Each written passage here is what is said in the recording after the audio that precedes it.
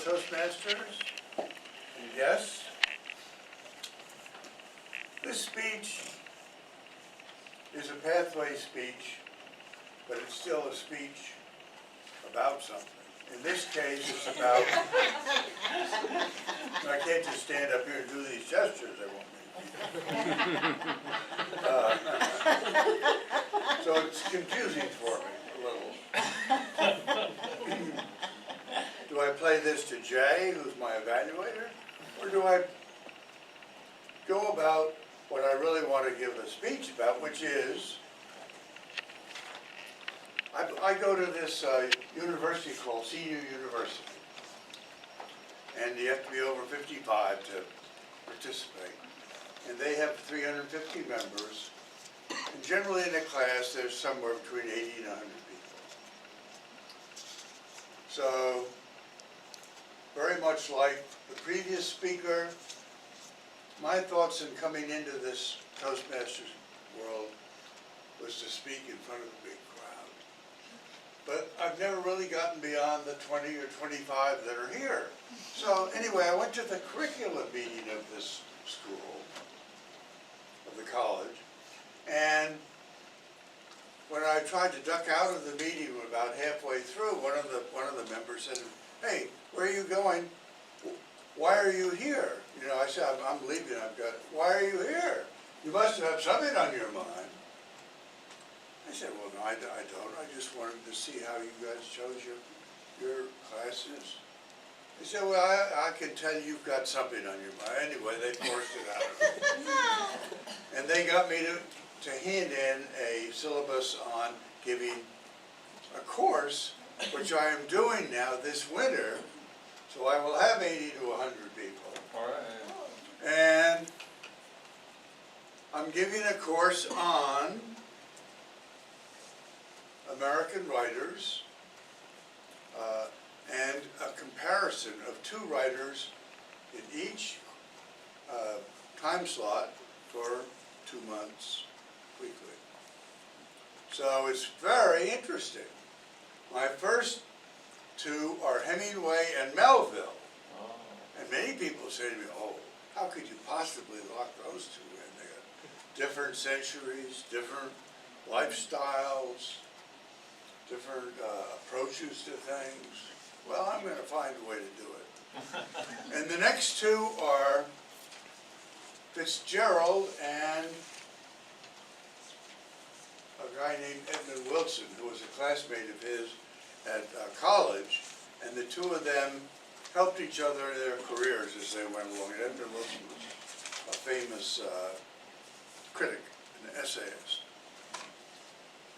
And then my third group is, and you know, one of the things I worried about was remembering all 8 of these to be able to tell you.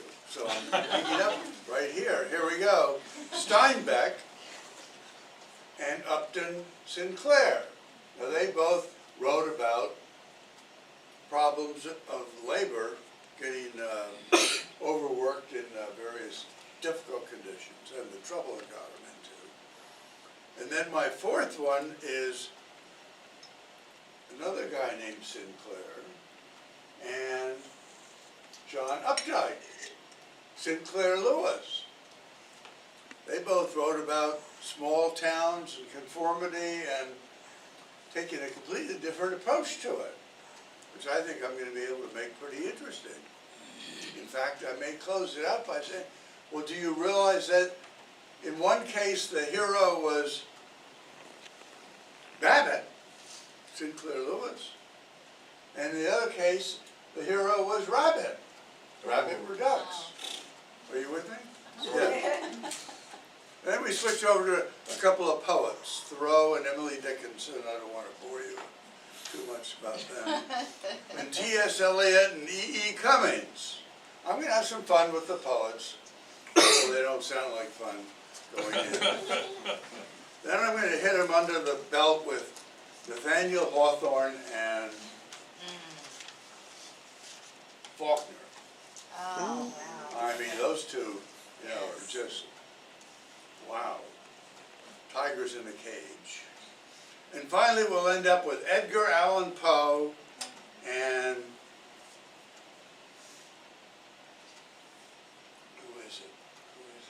See, this is what I'm worried about, in coming up here. What if there are 800 of you or 100 of you out there? But anyway, we're going to do Edgar Allan Poe and I can't think of the last person. So anyway, that's one of the problems of aging. Anyway, I'm going to have a lot of fun with this. And what I decided was I'm going to end up each class, which is 1 hour. Imagine me being up there for 1 hour talking to these people. And these people are pretty intelligent.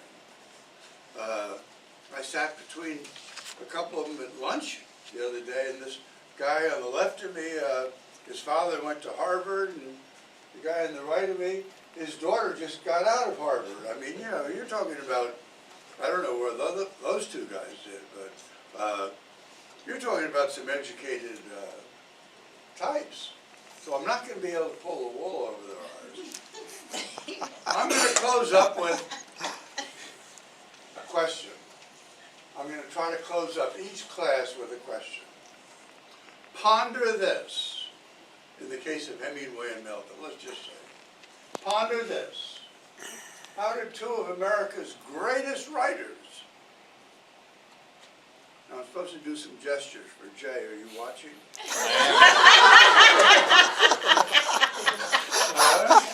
Write them down. Really?